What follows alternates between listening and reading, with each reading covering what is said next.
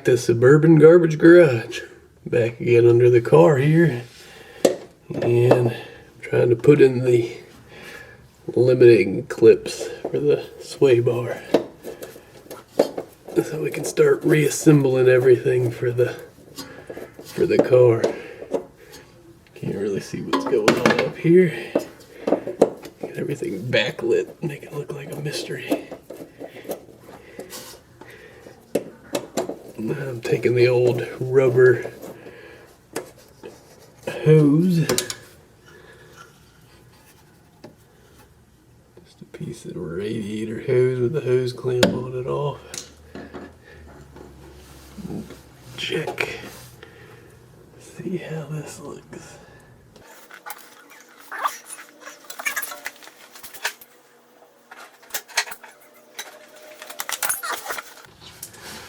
Alright, got everything I need.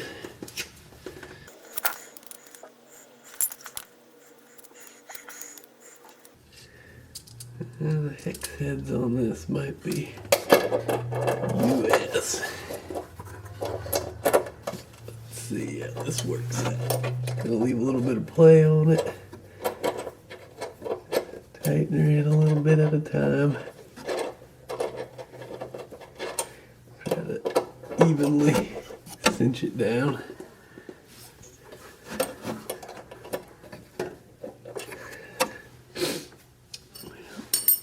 I don't know, this must be a US size, because neither of those are working.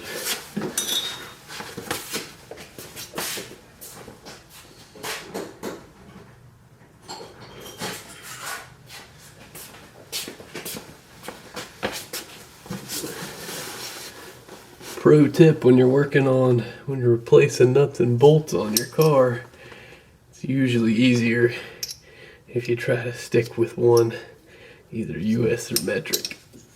There's nothing more fun than bouncing between the two, like I'm gonna do with this car.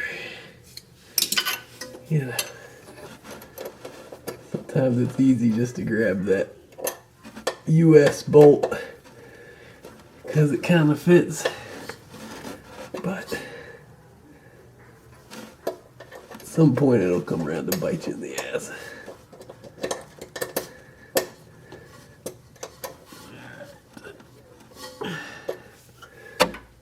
So what I'm assuming is I probably got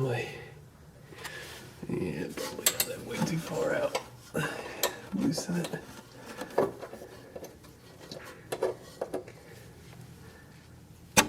Probably want to center the sway bar a little bit before I do this.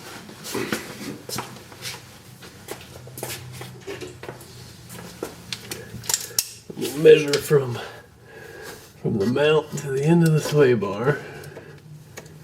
That one's 3 inches.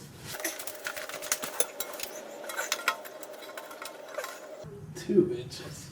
Okay.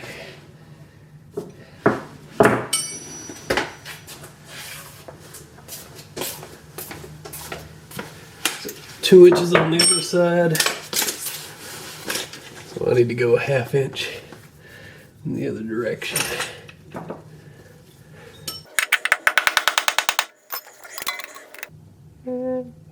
Getting there. A little more.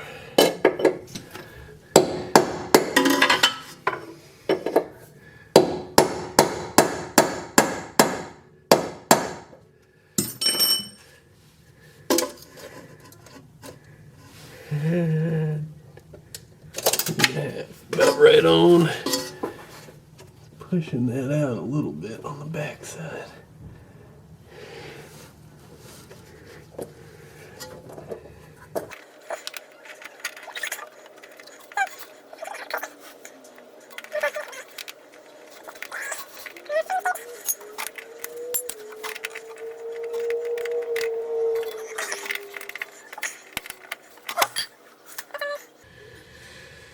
Front driver.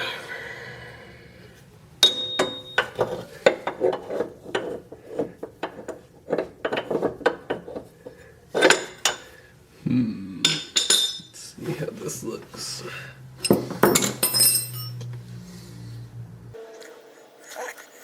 believe this came off like so.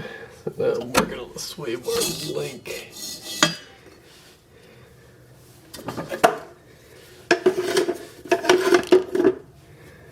There we go. Try to get the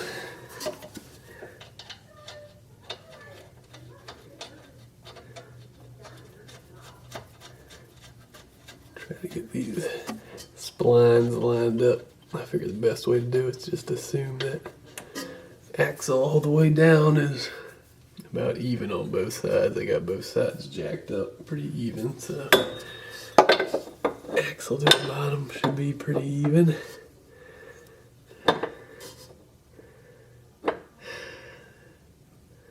Maybe I should put the arms on first. Leave this loose. Put the arms on because I guess I gotta shift from side to side with those anyways. But good news is this looks like it'll work. I'm a little worried.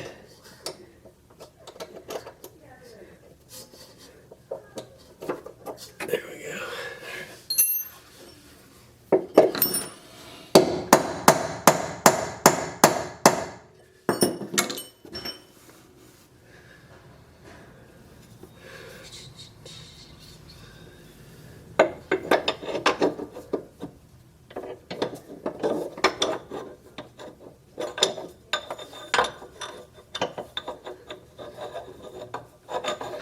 Well, this might be a little bit of an issue.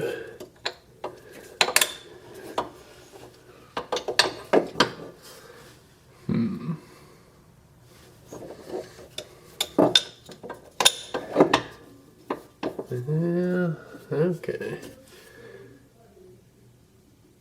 That hole is be as close as they can get. Well, shit, I didn't think about that. Because it really doesn't. I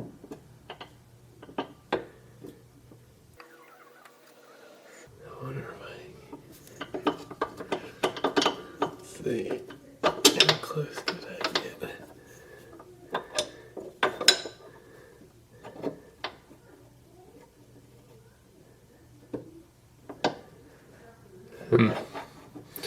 Well, looks like I did all this for a complete waste of time because I can't even move that link in the way I want to. So, well, this was a fun video about replacing, you know, putting this little collar on a sway bar, because that's basically all the video was about. How to lighten your sway bar, maybe.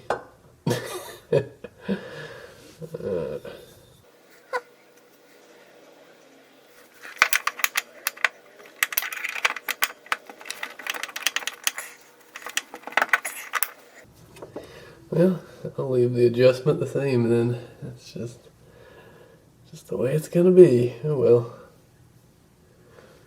Get these nice clean looking clips on there. Look at that. Yeah, 4 steps forward and 16 steps back.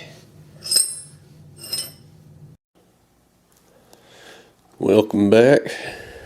Gonna finish up the last part of my video series here on the sway bar build. So on the last episode, last scene, I just figured out that the new end links aren't going to work, and I just ended up attaching those new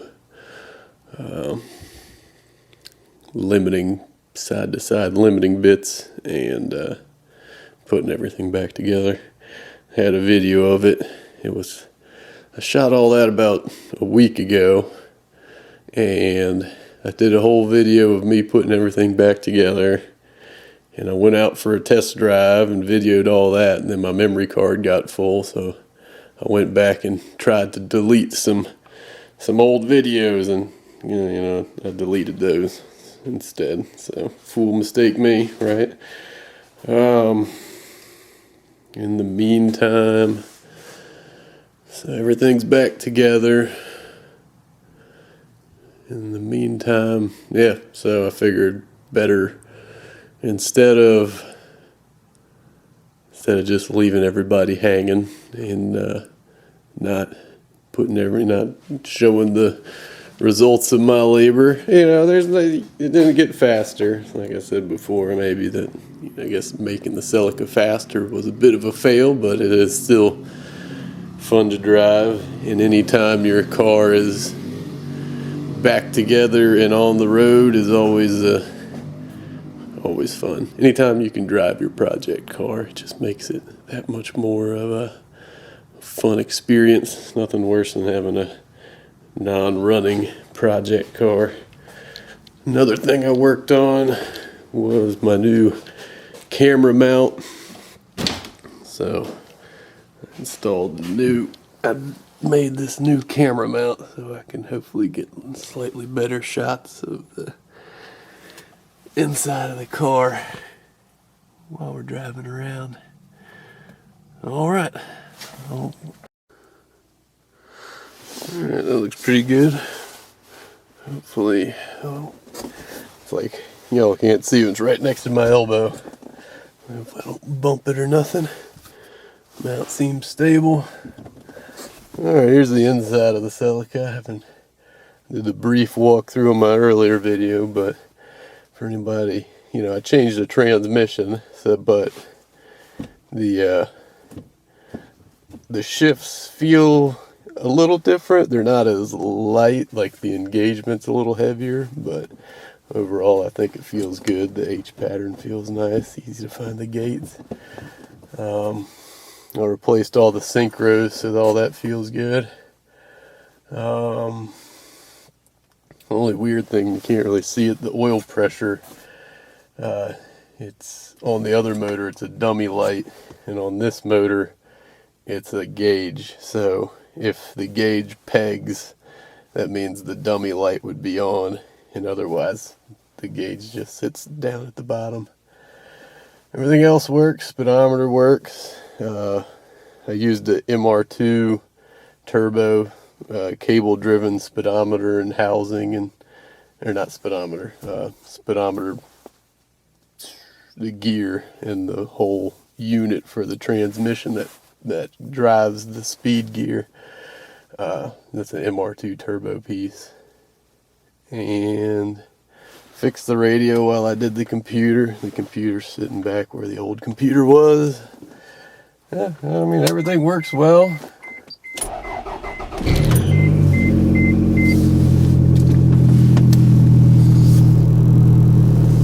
Get that pure engine sound. I'll have to include an image of the exhaust cutout. See how that works. Put the headlights down. You can't see it, but the headlights were up a little bit. Oh, and it's cold, so I gotta let it warm up.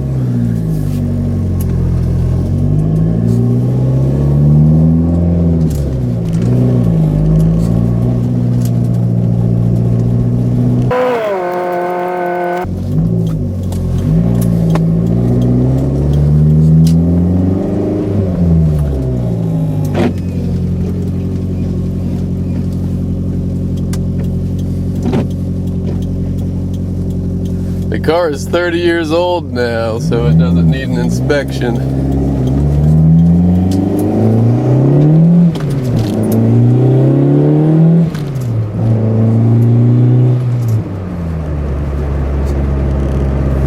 don't know if you can see the boost gauge. I'm sure it went up.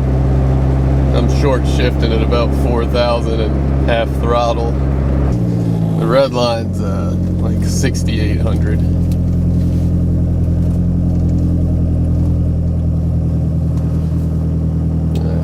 Quite warm.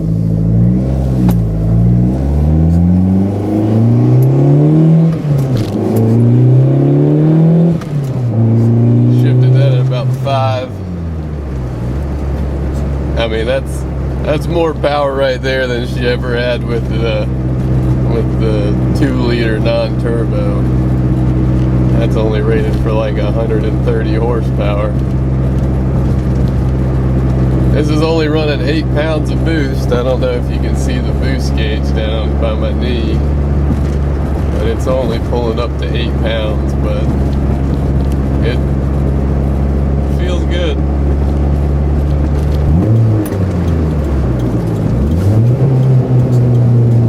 Now we're warming up.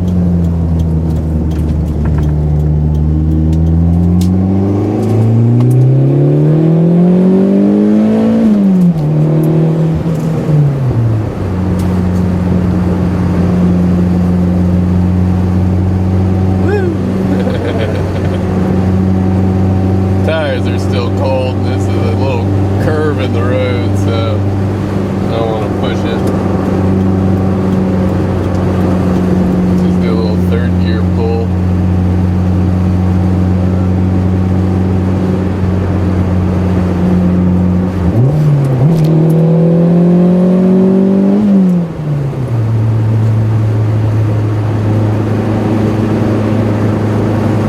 Runs up good.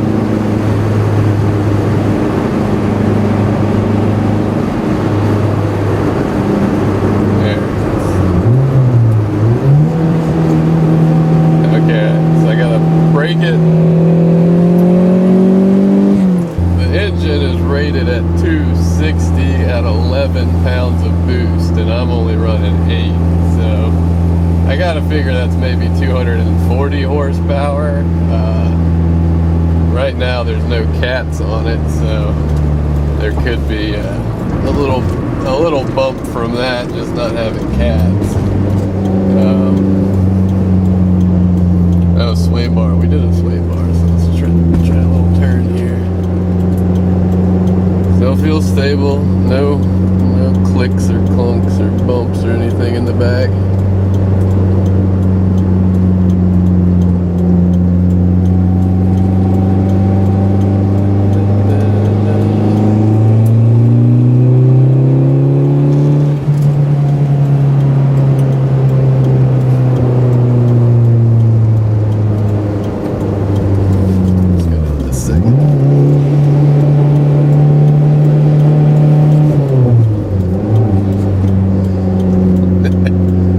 Maybe on the straight I'll hit second for a second.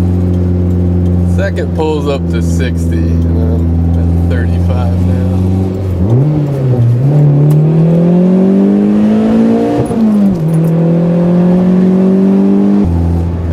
Gotta make sure there's no clunks in the sway bar. It's definitely not that tight. You can see all the body roll it's got.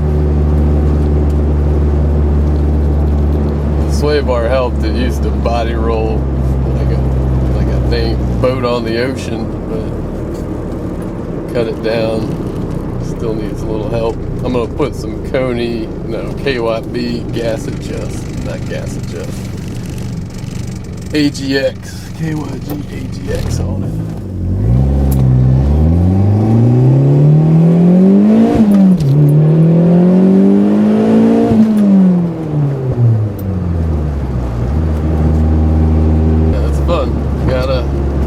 The tires are right at the edge, you know. First gear I can really rip the tires off, but second gear they're just right on the edge, so you can really mat it, and kind of walks all over the place when you do it. That's how that torsion limited slip works. If one starts spinning, it starts giving torque to the other one. The slight effect of making the car skate a little bit. It's kind of like it.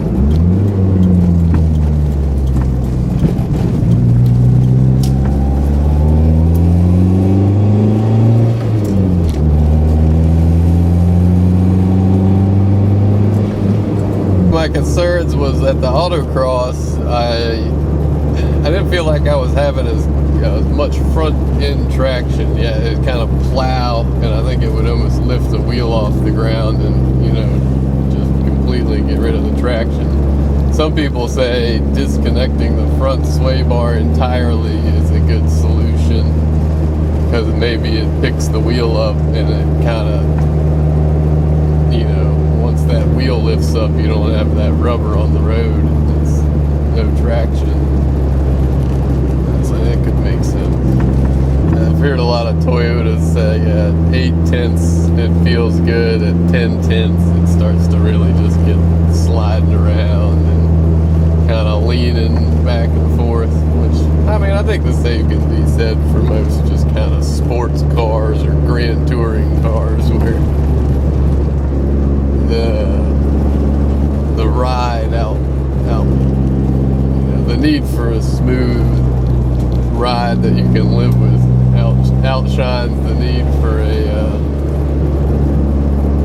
stiff Nürburgring kind of ride. So I'm in, what, fourth gear, pulling 45 at 20-something hundred RPM.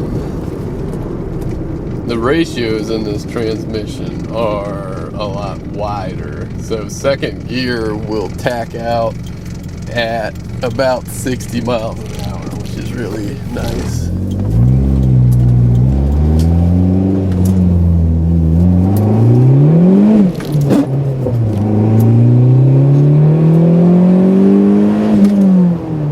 That was uphill, so that's where the turbo is nice, pulling up the hill. It's like, I don't know how it does with the pressure or what. Doesn't even act like there's a hill in front of you.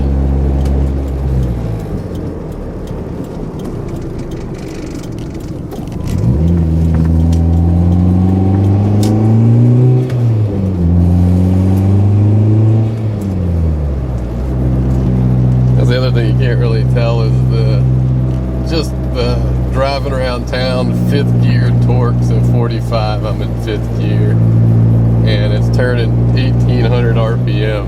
I haven't done a gas mileage test, but I imagine it would get pretty good gas mileage if I just drove it around in fifth gear. And it doesn't seem to knock or anything. It'll drive in fifth gear pretty well.